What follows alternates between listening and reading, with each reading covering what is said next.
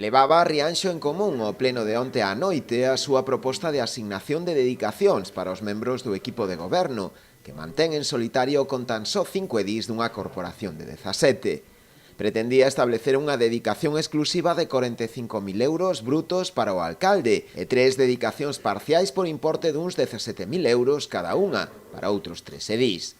Segundo defendeu o propio rexedor na sesión, a proposta suporía un aforro anual duns 27.000 euros con respecto ao mandato anterior, ademais de ser para eles máis eficiente a nivel organizativo. Pero os argumentos non convenceron os grupos da oposición, que decidiron votar en contra, aínda que con argumentos diferentes. Partido Popular e Partido Socialista non se mostraron en contra das asignacións, pero sí da reducción das horas que o actual equipo de goberno lle dedicará ao Concello.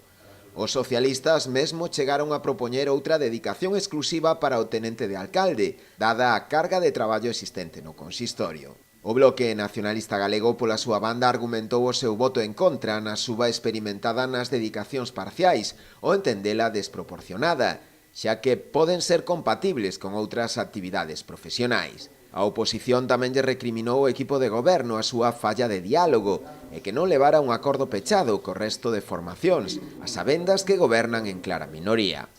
Pola súa banda, o Executivo insistiu en que a súa idea é seguir traballando, aínda que sen soldo, á espera de que o resto de grupos reconsidere a súa postura.